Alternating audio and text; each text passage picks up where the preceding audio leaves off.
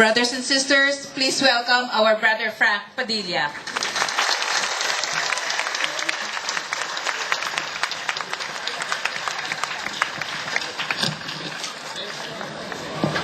Morning po, our beloved Bishop Gabby Reyes, Reverend Father.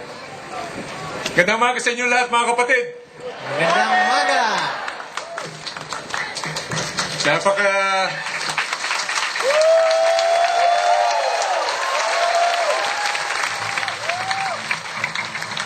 Napakasaya, napakaligaya ng ating pagdiriwang. Itong pangunahing gathering of families. Napakalaki pala ng pamilya ng CFC-FFL.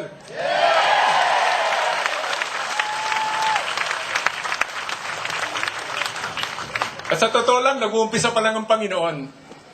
And we really want to praise and thank God for this wonderful event of bringing His people together. Alam niyo mga kapatid, ang dami na nangyari sa taong to.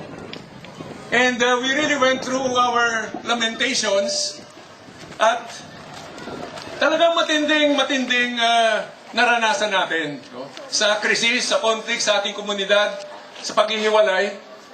At ngayon, patapos na ang taon, but I believe that during this time, especially today, we are really seeing the fruit of our lamentations, which is restoration.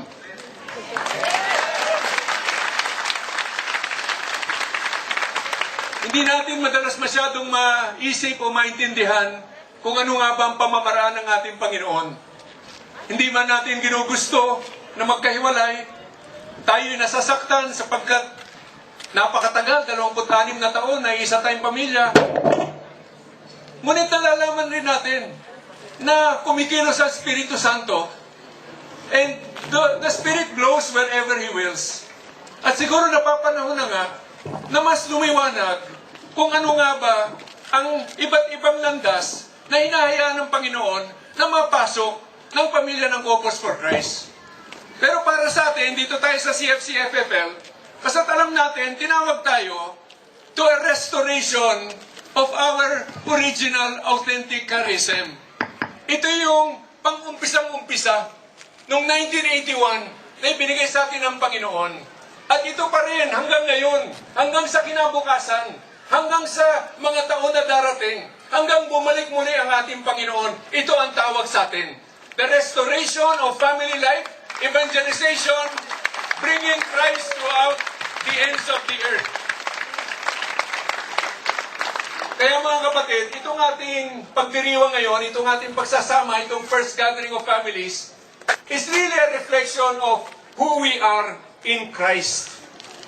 We are a people gathered together in fellowship. Tinawag niya tayo para maging kanyang bayan, para maging the people of God that He calls to Himself into covenant in order that we might serve Him and please Him and put ourselves in His use according to His will.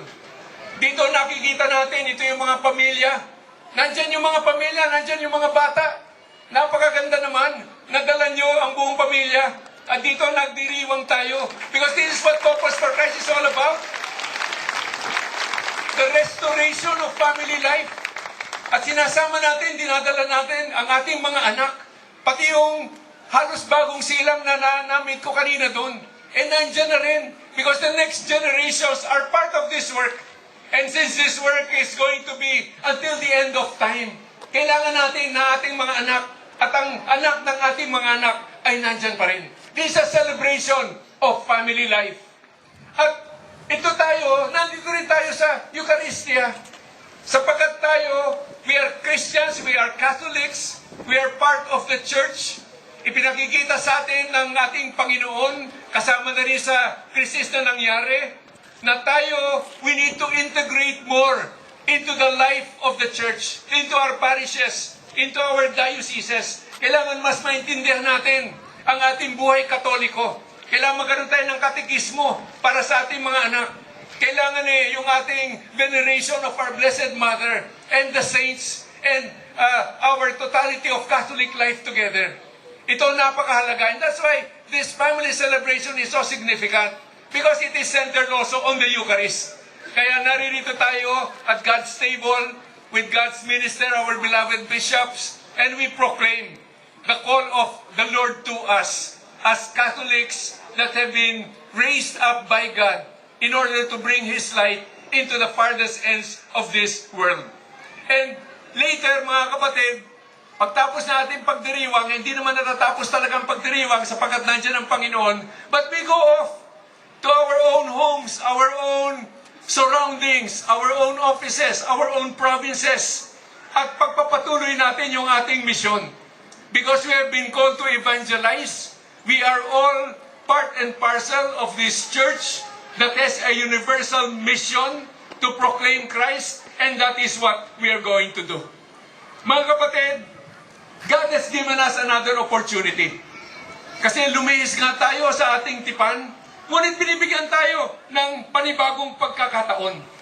At ang plano ng Panginoon for His beloved people with whom He is in covenant, pareho pa rin. A plan for our welfare, not for woe. A plan to give us a future full of hope. Basta't ang kailangan lang naman, maging tapat tayo sa tawag niya, sa ating tipan. If we are not unfaithful, if we live out our lives in faithfulness, then God will use us, and God will bless us, and will use us to be a blessing to many others. Kaya yung faithfulness to the call, mga kapatid, huwag natin kalimutan. Unang-una, the call to holiness. Couples for Christ tayo, para sa Panginoon. At ang pinaalala sa atin ng ating mahal na obispo, to live our lives in the Spirit, to manifest the fruit of the Spirit. Hindi lang magandang samahan ito, hindi lang para maayos ang ating pag-aasawa at ating mga pamilya, alagaan natin ating mga anak. Ngunit tayo ay maging banal, tulad ng kabanalan ng Panginoon. And Jesus always reminds us, we must be made perfect as the Heavenly Father is perfect. Kaya dito, magtulungan tayo. Kaya meron tayong komunidad para tayo ay tulungan sa isa't isa. We are reminded of the call to community, the call to be faithful to our life together. Alam niyo, busy tayo, napapagod tayo, abala tayo sa maraming bagay. But if God is able to use us, if God is able to use us according to His purpose, we need to understand and live out our life together as community.